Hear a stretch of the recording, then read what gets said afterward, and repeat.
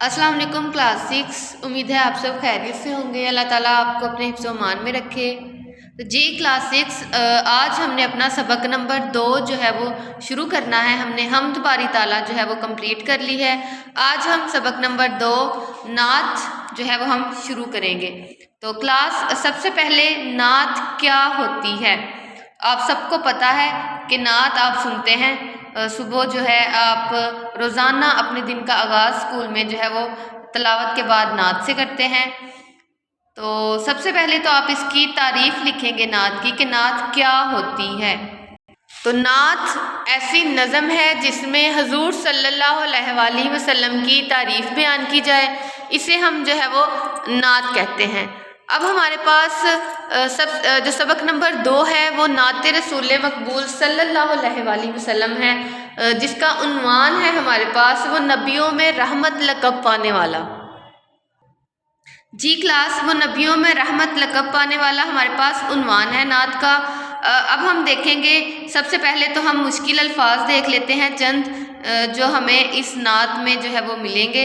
सबसे पहले आप सफ़ा नंबर जो है 11 पे आ जाएं। सफ़ा नंबर 11 पे आपको जो है वो कुछ चंद अल्फाज जो है मुश्किल वो दिए गए हैं और इनके मानी आपको नीचे नज़र आ रहे हैं। इसके अलावा कुछ ऐसे लफ्ज़ आप देखेंगे यहाँ पे जो मुश्किल होंगे, जिनका मानी जो है वो आपको नहीं पता। तो सबसे पहले हम वो देखते हैं, उसके बाद हम इसकी पढ़ाई जो है वो करते हैं। सबसे पहले आ जाता है मुरादें। तो मुरादें लफ्ज़ जो है वो आपने सुना होगा क्लास के तमन्नाओं को कहते हैं, हमारी आरज़ुओं को कहते हैं, ख्वाहिशात को कहते हैं। तमन्ना यानी कि हमारी ख्वाहिश जिसे कहा जाता है। मलजा यानी कि पनाहगाह, मावी ठिकाना, मफासिद बुराइयों को कहा जाता है, खाम तांबे को कहा जाता है। उसके अलावा बदअंदेश बुरा चाहने वाला। तो क्लास ये हमारे पास कुछ अल्फाज थे जिनके आपको मानी जो है मैंने बताए हैं। अब हम क्या करेंगे, हम नात की पढ़ाई करेंगे, साथ जो है मैं आपको अल्फाज के मानी जो है वो बताती जाऊंगी और आप उसको लिखते जाएंगे। जी सफ़ा नंबर है आपके पास 10। तो सबसे पहले हम देखते हैं कि नात जो हम पढ़े हैं वो नबियों में रहमत लक़ब पाने वाले वो किसने लिखी है। तो ये लिखी है शायर मौलाना अल्ताफ़ हुसैन हाली ने। किसने लिखी है ये नात?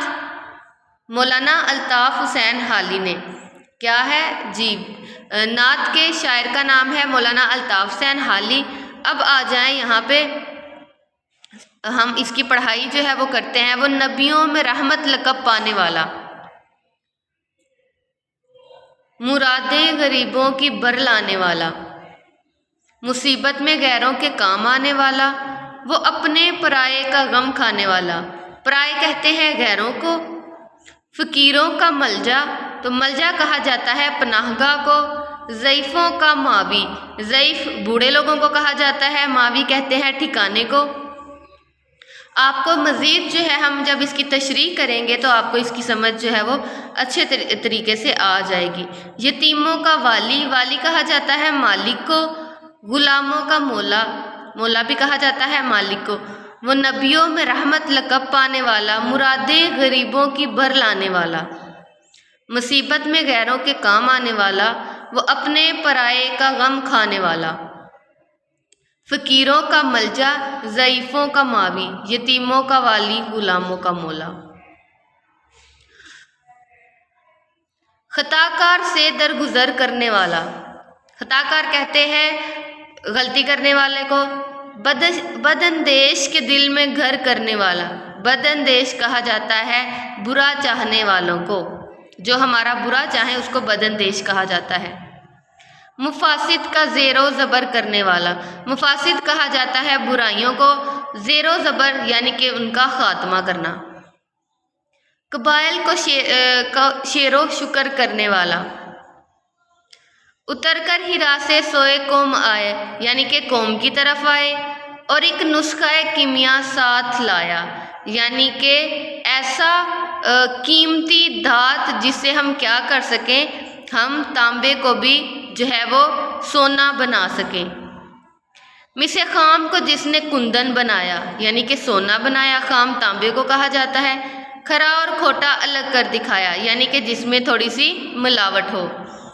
عرب جس پہ کرنوں سے تھا جہل چھایا، یعنی کہ زمانوں سے جو ہے وہ جہالت چھائی ہوئی تھی، غفلت میں تھے لوگ۔ پلٹتی بس ایک آن میں اس کی کایا، کایا یعنی کہ اس کی جو ہے وہ کہہ سکتے ہیں جس کو ہم کروٹ کہہ سکتے ہیں، یا اس کی جو ہے وہ انہوں نے جو ہے وہ اس کی حالت جو ہے وہ بدل دی۔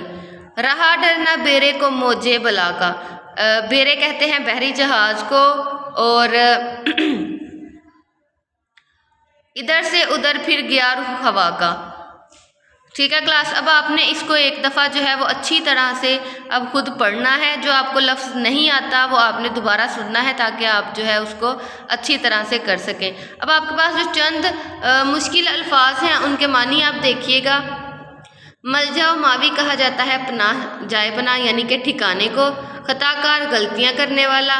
شعر و شکر کرنا، ایک کر دینا یعنی کہ جوڑ دینا۔ بداندیش برا چاہنے والا۔ موجے بلا ڈبو دینے والی لہر۔ کایا پلٹنا، انقلاب لانا، تبدیلی لانا یعنی کہ حالت بدلنا۔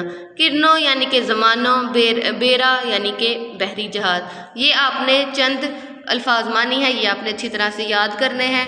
انشاءاللہ جو ہے ہم اس کی جب تشریح کریں گے تو آپ کو مزید جو ہے پہلے تو ہم دیکھیں گے کہ اس کے جو 6 مصرے ہیں ان کو کیا کہا جاتا ہے، اس کے بعد جو ہے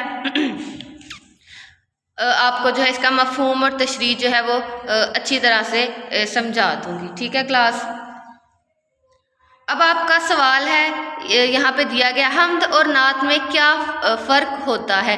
تو حمد اور نعت کا آپ کو پتہ ہے، حمد ایسی نظم ہوتی ہے جس میں کیا کہا جاتا ہے، کس کی تعریف بیان کی جاتی ہے؟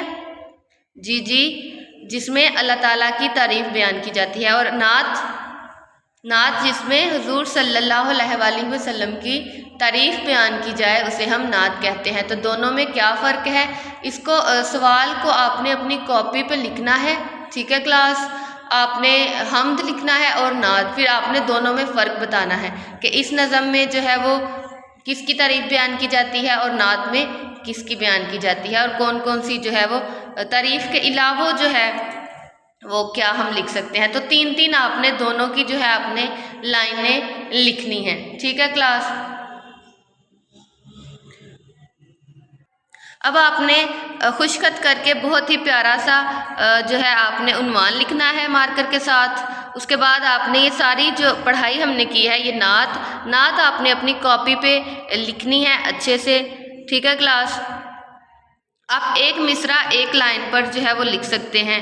اگر آپ کا پورا جو ہے وہ شعر جو ہے نا اگر لائن پہ نہیں آ رہا تو آپ ایک مصرع ایک لائن پہ لکھیں گے، پھر دوسرا، پھر تیسرا، چوتھا، پانچواں اور پھر چھٹا۔ ٹھیک ہے کلاس، آپ الگ الگ جو ہے وہ لکھیں گے، اور اس کی جو ہے وہ جب آپ اسکول آئیں گے تو انشاءاللہ جتنا بھی کام آپ کو کروایا گیا ہے وہ سارا آپ کا جو ہے وہ میں چیک کروں گی ساتھ ساتھ۔ ٹھیک ہے کلاس، اب آپ اس کو اچھی طرح سے پڑھیں اور الفاظ کے معنی بتائے ہیں وہ اچھی طرح سے آپ ان کو یاد کر لیں۔